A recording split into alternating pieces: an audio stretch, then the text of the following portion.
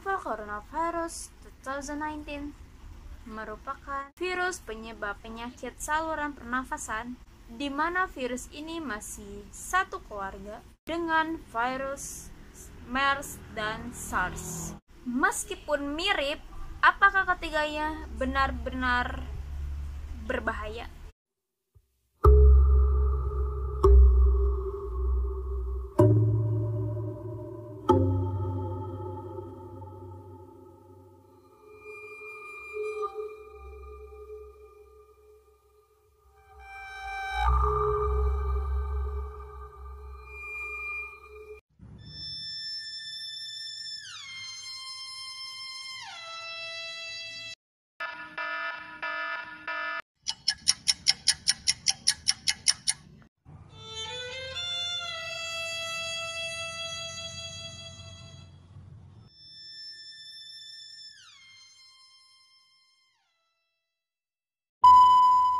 Welcome back to my channel Nana Donat. It's Nat and how about you?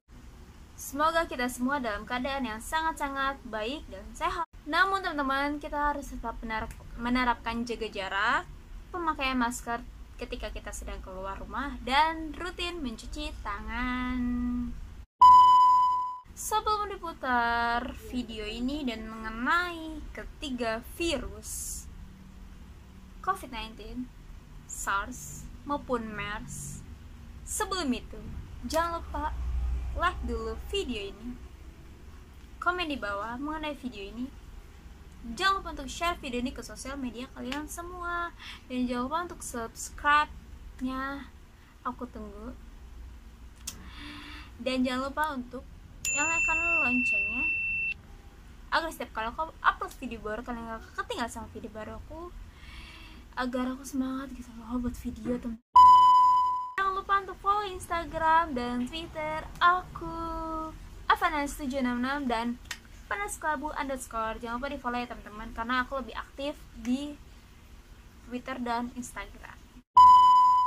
Membahas mengenai novel coronavirus atau COVID-19, Severe Acute Respiratory Coronavirus SARS, dan Middle East Respiratory Coronavirus MERS. Kita akan bahas satu persatu mengenai ketiga virus tersebut yang katanya sih, yang kata penelitian sih, satu kepala, satu keluarga dari corona.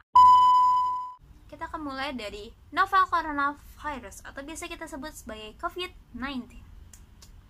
COVID-19 ditemukan pertama kali di Wuhan, China pada tahun 2019 lalu di tanggal 31 Desember.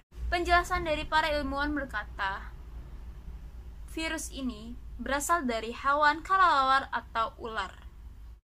Dan mereka menduga penularan kepada manusia itu berasal dari menyentuh atau memakan binatang inang virus.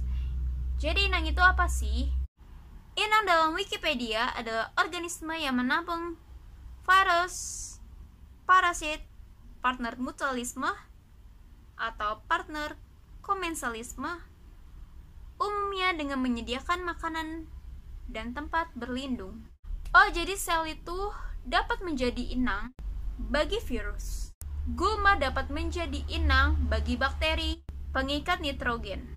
Dan hewan dapat menjadi inang bagi cacing parasitik seperti nematoda. So, ada pertanyaan mengenai kenapa sih kita harus di rumah selama 14 hari? Karena menurut para ahli, virus corona dapat bekerja selama 14 hari tanpa henti. Dan itu akan menyebabkan kematian jika itu tidak ditangani dengan serius. Karena ketika sudah menyerang, organ yang paling menderita adalah paru-paru, hati, dan ginjal. Itulah sebabnya kita jangan sembarangan memegang mata, mulut, hidung. Karena jika tangan kita membawa virus, itu bisa terserap melalui glukosa, dan itu bisa terjadi penyakit. Karena ini reseptornya akan mencari target sasaran berikutnya. Gejala umum penderita COVID-19 adalah seperti demam, batuk, kelelahan, sakit kepala, dan diare. Hingga saat ini ada 9,8 juta kasus di dunia dan sebanyak 500.000 orang meninggal dunia karena COVID-19. Gokil sih, speechless.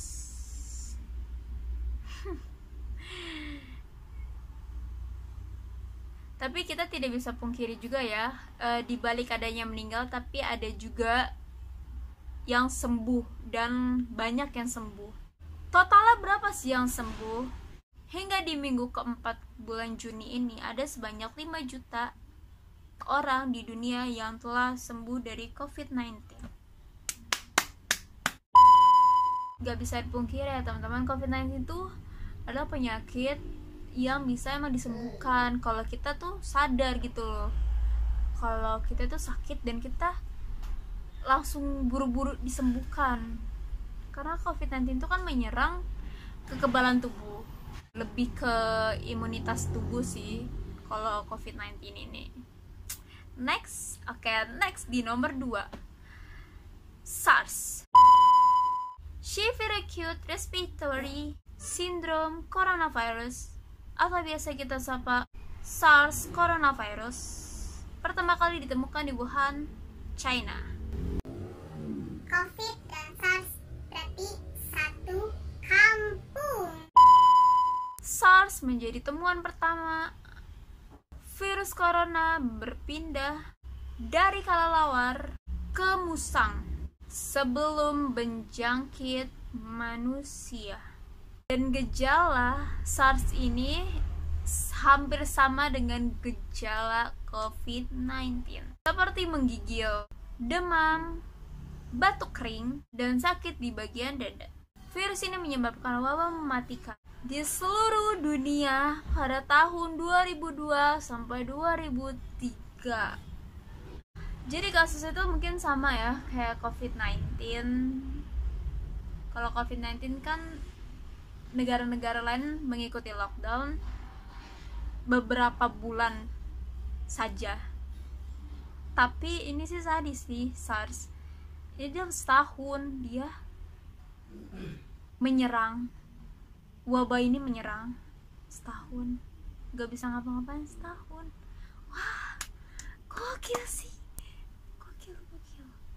Oke, next. Sudah tercatat 777 penduduk meninggal dunia dari 9.098 kasus. Dan SARS coronavirus ini memiliki tingkat kematian sebesar 10%. Cukup tinggi sih kalau menurut aku. Kalau menurut kalian kayak gimana?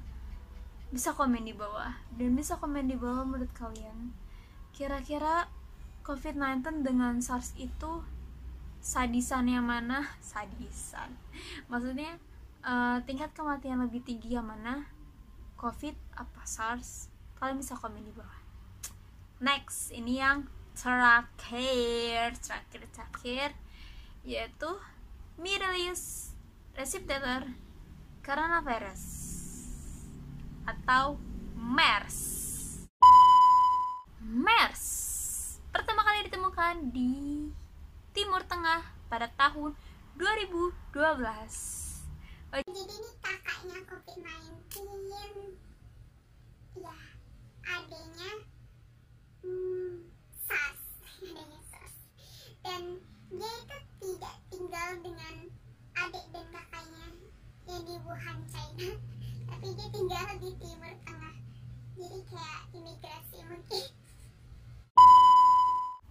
Virus MERS juga berasal dari kelelawar sebelum virusnya berpindah ke unta dan menulari manusia. MERS menular ke manusia saat bersinggungan langsung atau saat mengonsumsi susu dan daging unta yang terinfeksi virus. MERS juga memiliki gejala umum seperti biasanya, guys. Jadi sama nih, gejala umumnya kayak SARS dan COVID-19, yaitu demam, batuk, gangguan pernafasan akut, dan diare. Jadi, jika kalian ada gejala-gejala umum, please jangan kalian anggap itu enteng. Segeralah diperiksa ke dokter, ke puskesmas, ke rumah sakit. Karena gejala-gejala umum tersebut inilah yang akan memicu kalian gitu loh. Amit-amit cabang bayi berpenyakitan yang sangar gitu. Di Arab tercatat 22 orang meninggal dunia dari 44 kasus yang terjadi di negara tersebut. Dan faktanya, MERS memiliki angka kematian yang cukup besar, guys, sebesar 37%. Jadi angka kematian yang aku maksud ini, yang aku maksud ini adalah jika terinfeksi positif COVID-19 atau terkena SARS atau MERS, salah satu itu, contohnya MERS, dia ada kemungkinan sembuh, ada. Tetapi untuk namanya tingkat kematian, ada kemungkinan dia meninggal ada sebesar 37%. Bagaimana menurut kalian? Kalian bisa komen di bawah. Bahas satu persatu dari penemuan hingga ke gejala-gejala dan sampai ke angka kematian dari tiap-tiap virus. Tapi di sini kita akan membahas mengenai kesimpulan atau bagian inti atas 3 virus tersebut. Poin pertama, COVID-19, SARS, dan MERS dapat menularkan manusia lewat kontak langsung dengan hewan yang terjangkit virus tersebut. Dan penyebaran yang dimaksudkan dengan kontak langsung dengan hewan yang terjangkit virus itu disebut dengan transmisi zoonosis. Poin kedua, SARS dan COVID-19 diketahui lebih mudah menyebar dari manusia ke manusia yang lain daripada MERS. Dan jika dibandingkan dengan SARS, penularan COVID-19 dari manusia ke manusia lain lebih mudah terjadi dan lebih cepat. Poin ketiga, sejauh ini angka kematian COVID-19 tidak lebih tinggi dibandingkan SARS maupun MERS. Karena angka kematian SARS mencapai 10% dan angka kematian MERS mencapai 37%. Dan banyak pertanyaan, kok MERS 37% dan SARS 10%, tapi COVID-19 kok bisa membuat orang dunia geger? Bahkan ada 500.000 jiwa yang meninggal dunia. Jawabannya adalah pada penularan. Penularan COVID-19 lebih cepat dibandingkan SARS dan MERS, membuat jumlah penderita penyakit ini, yaitu COVID-19, meningkat tajam dalam waktu singkat. So, jika kita lihat pada kasus ini, program pemerintah seperti pembatasan sosial berskala besar itu udah bagus banget, teman-teman. Oke, Nagas, kita sudah ada di penghujung video ini. Semoga kita bisa ambil poin positifnya agar kita semua tetap sehat dan terus berkarya. Yeay! If you like this video, jangan lupa untuk like video ini jika kalian suka, dan komen di bawah tentang video ini dan tentang video apa lagi yang akan aku buat di next video. Dan jangan lupa share video ini ke sosial media kalian semua agar teman-teman kita pada mengetahui mengenai perbedaan dan bahayanya MERS, SARS maupun COVID-19 ya, teman-teman. Dan jangan lupa untuk subscribe channel ini dan nyalakan loncengnya agar setiap kali aku upload video baru kalian gak ketinggalan video baru aku. See you on my next video. Bye.